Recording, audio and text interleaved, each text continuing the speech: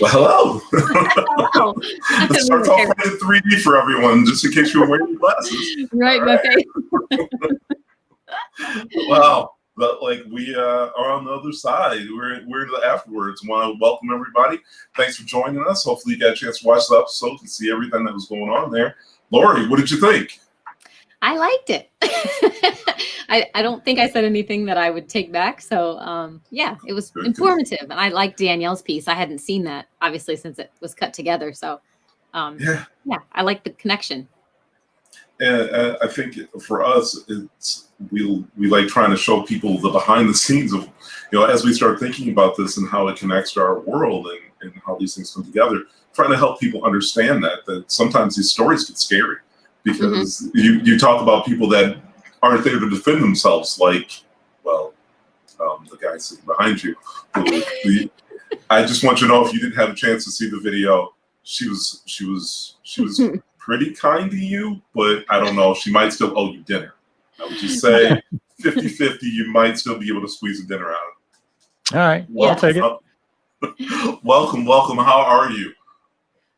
Good, Sean. Thanks. I appreciate you guys having us. So yes, it's been an amazing 6-8 weeks or so for Laurie, and it's just so much fun to see her in the spotlight and to really shine. And with this outlet that you guys have provided to her, and her being home in Michigan and being on newscasts here locally too, like it's just been so cool for her to share that story, and just really appreciate what you guys are doing as well.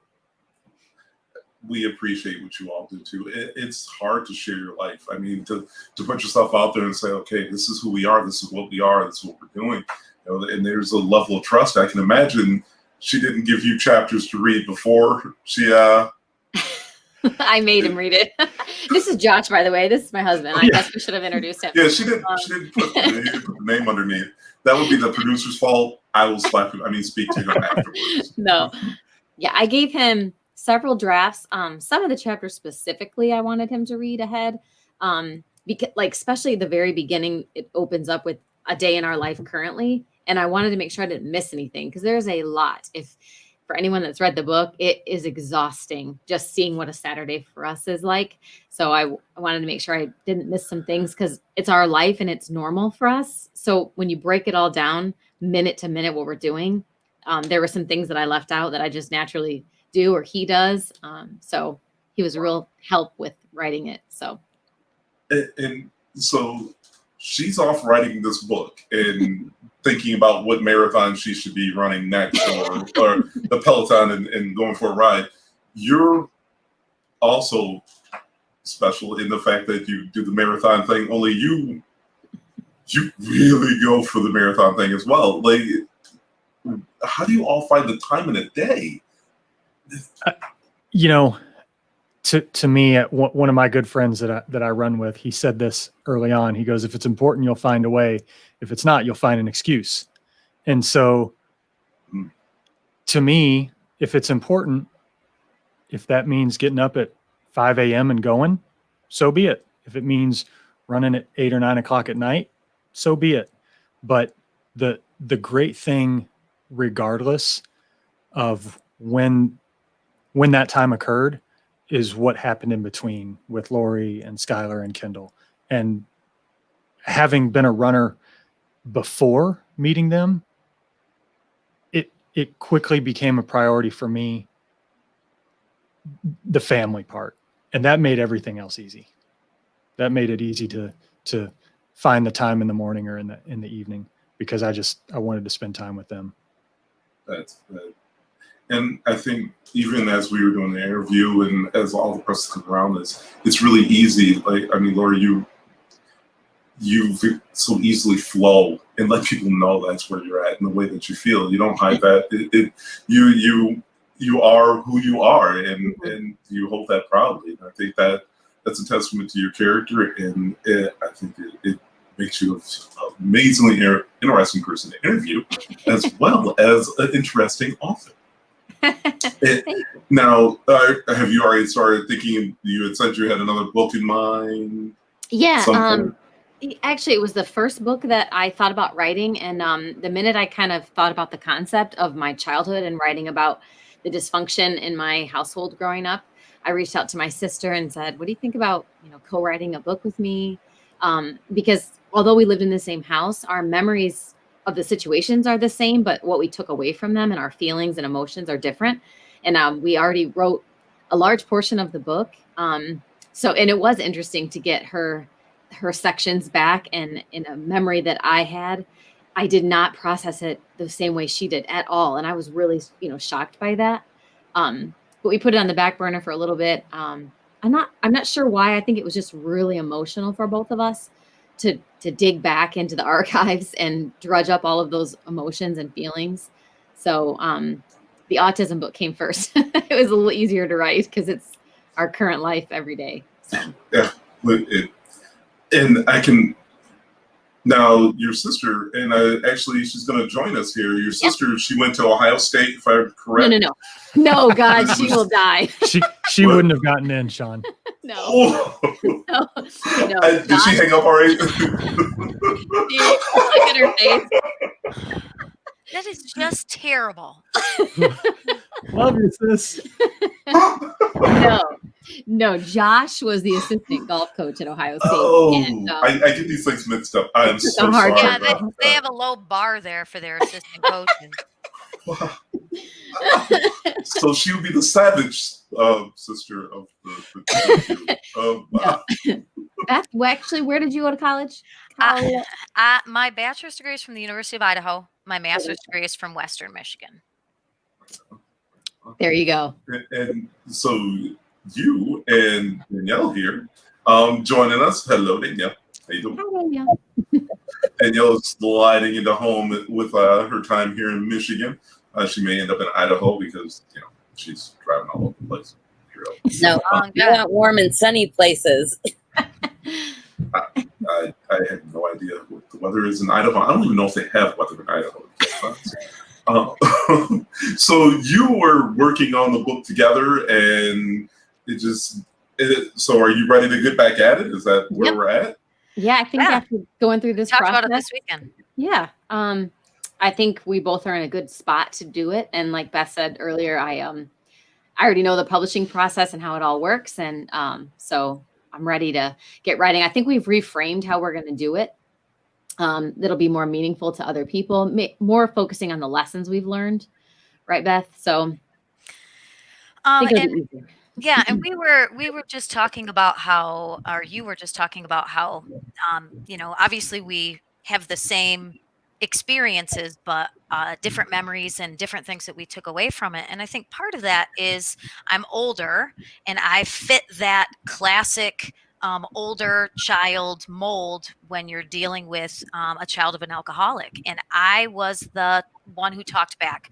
I was the fighter. I was the one who, called bullshit on a lot of stuff because I'd had it. And Laurie, as the younger child in the family, internalized everything.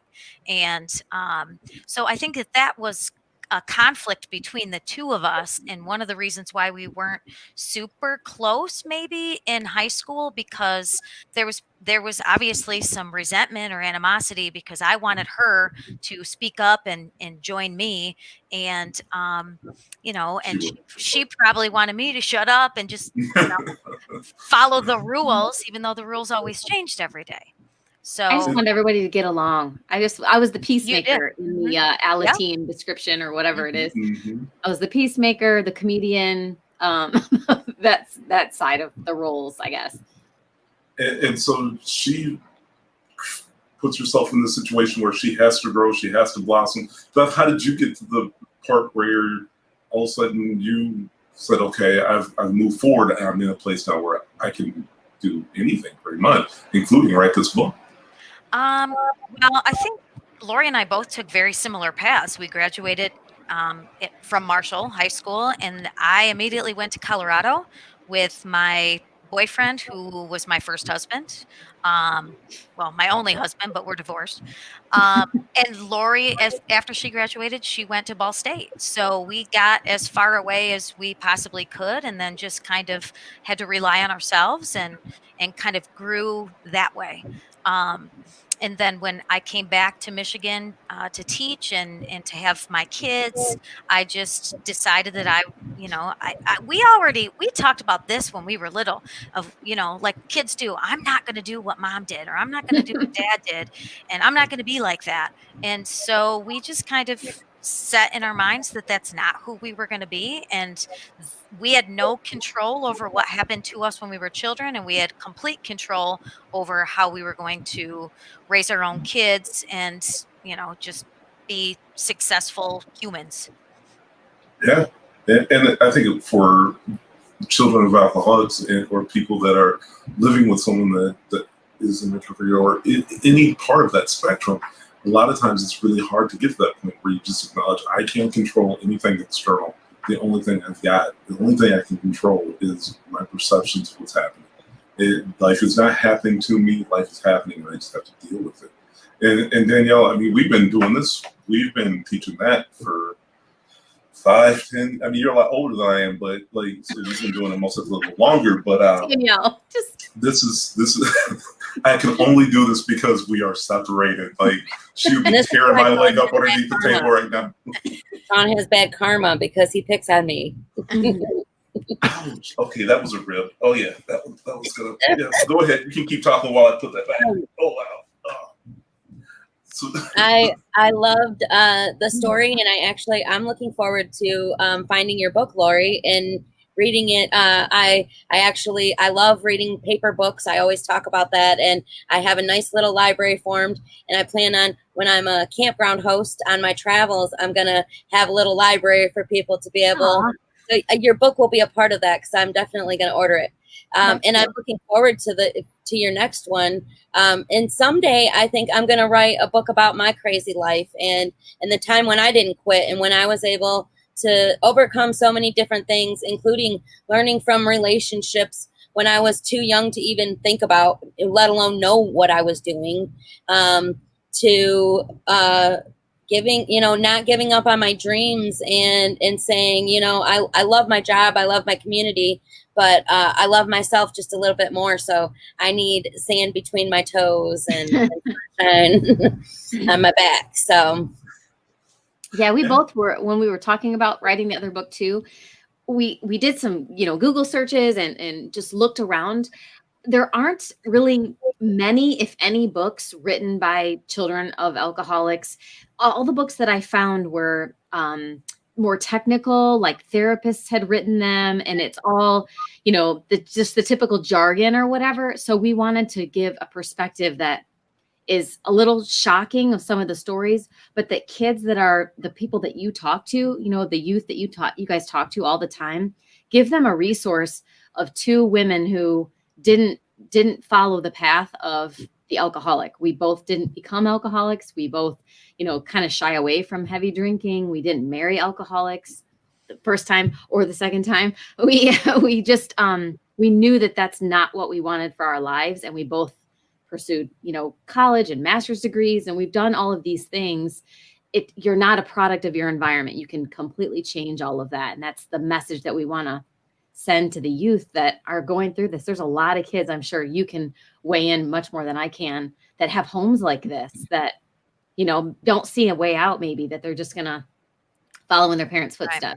And it's not just alcoholism. I mean, the opioid addiction right now is just the number of kids who have been in my class, who have had one or both parents who are addicted in some way, is just, it's saddening.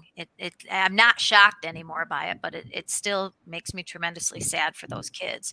And Laurie's book, just about raising a child on the autism spectrum, is very accessible to my middle school students. And I want the book that we write to also be accessible. So, the 11 to 14-year-old kids need to read real life things that they can relate to. And, I think that they would appreciate that. A lot of my students like reading memoirs, so they can learn a lot about their own lives through it, I think.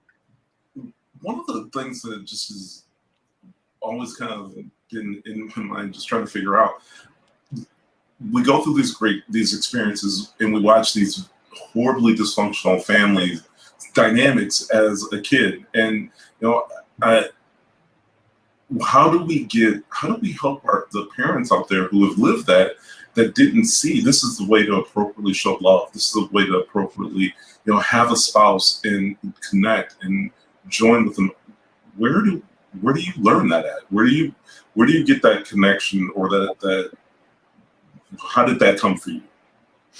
Well, I guess I would wager to say that's why both of us have failed marriages the first time around.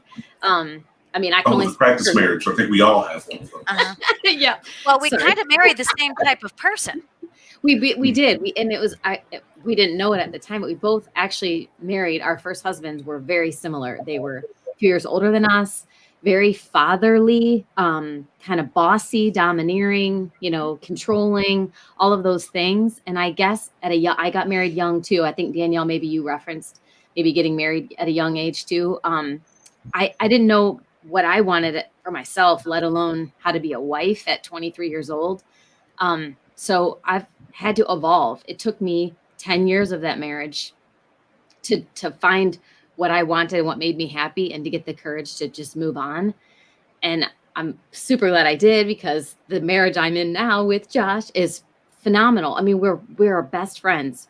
We laugh. He is the biggest support with the kids. I mean, there is nothing that we don't talk about. We really rarely ever argue, which is just not what. Well, that's because you're always right, Laurie. Well, but I think I sabotaged myself in any relationship I was in prior, because I didn't think that I deserved to be, loved and happy and all of that. So if someone was nice to me, I did something to ruin it, because I just didn't, expect that I deserved that. Danielle, you're nodding. I think we might be soul sisters. The funny thing is, my husband now, whom I have a wonderful relationship with, his name is Josh. Oh, a good one, a Josh the second time too. So, and that's everything that you're saying. Like I said, I can relate to it in one way or another. Mm-hmm. Well, and what was coming. Not only did we have the older father figure husbands, but in my case, my ex-husband is from a very large family. I actually talked to my former mother-in-law today on the phone. I just loved their family, and it was everything that our family was not. And that's why I think that was definitely a draw into that marriage, because I really kind of married the family. And then, when you kind of, you asked about evolution, we both kind of hit a point like early 30s where we were like, we are not happy. I am not happy. And I need to, I need to just go and see who I am without having somebody telling me what to do all the time. Well, and I think too, we never had hugging and love, and no one ever said that they were proud of us or anything. Nobody said I love you in our house. No, ever, not at all. Ever. So I kind of came to that realization, like, I have a 3-year-old and a 5-year-old at the time. I'm like, I do not want them to think that this is how a marriage should be. Just completely roommates. So for my daughter's sake, of anyone, I wanted to get out of there. And she now sees what a partnership should be like. And you should have fun, and you should be in love and laugh and all of that stuff. And I feel like I saved her from potentially a horrible relationship down the road that she'll be better at her picking. So, yeah. And I just feel like I was a better mom after I got divorced as well. So yes, me too. And all the things that you're saying are, I had a friend say to me, because my first husband, I left him a total of 4 times before I left him for good. And she said, "Is that the type of man that you want your son to be?" And when I heard that, and after all of the other stuff, I was just like, oh no, that's not the type of man my son is going to be. So I think that as parents too, our kids are that fuel to help us not quit. Hmm. And as I'm listening, I'm hearing a third book here. And I mean, a third book. Danielle, you want to There's contribute? 3 writers. Yes, I can contribute. Yes. I And mean, my first husband, I feel like, was my dad. Like, my parents stayed together until I was 14. So it seemed like we had the perfect growing up. But as I got older, I realized that it was just because I blocked it all out. And then once I started remembering and realizing how things really were, it was like, wow, he is definitely my father. He was my father then.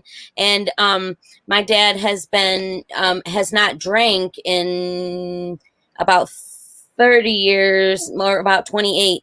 But now he's just switched drugs. So it's been one thing to another, and he's not a part of my life or my kids' life, and their dad's not a huge part of their life either. So it was a cycle, and I'm glad that we're ready to break that cycle now. Mm-hmm. That we are going to quit that. Yeah, there's this weird layering that I think, but the one theme that goes through all of it is that, you know what, we're big enough to love, and that we can love really, really big. And I might not always get along with my little sister because she, won't stand up for herself and she needs to get some guts. And I might have jumped too early to find the man that or the person, I'm not looking for a man, hope that breaking was hard out there. But like when you're looking for that significant other, sometimes we leap because we just want an other.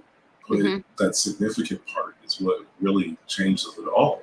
I think those are the things in those moments we feel the loneliness. But I mean, obviously, there's people out there that went through it, that are writing books about it, that are being examples of what it looks like and are willing to tell their story. I hope you all really consider just keep writing, because there's plenty of us out here that'll keep reading. I am absolutely overjoyed. I know that we do a lot of work in Marshall School, so I will most likely be able to speak to you later on, Beth, about all the wonderful things you're doing and the wonderful things going on with Marshall. Laurie, Josh, it has been an absolute honor and privilege to meet you both. I'm sorry I missed you all last weekend. I was busy redoing my studio. Okay. And my son is absolutely disgusting, so after this, I'm going to take a flamethrower to the walls. He's 12. It's what all 12-year-olds do. Mm-hmm. And Danielle, I'll see you tomorrow or sooner or later. I'm not surprised you're retiring, Danielle. Ouch! That was the other rib. That was the other rib right there. John doesn't know. I'm just quitting him. Okay. Oh. Wow, it's been a great episode. Great episode. I'm gonna just go, back to the shower and cry because my day is so awesome. Thanks for having us on. Yeah, I appreciate Thank it. you for joining. Great Sean, conversation. Danielle, thank you very much. Right on. We will see all you guys out there later. We will see you guys a little bit later in next episode coming up next Tuesday. Same place. Same right place. here. Same bat time. Calhoun County, with all the things to do on a Tuesday night. It's true.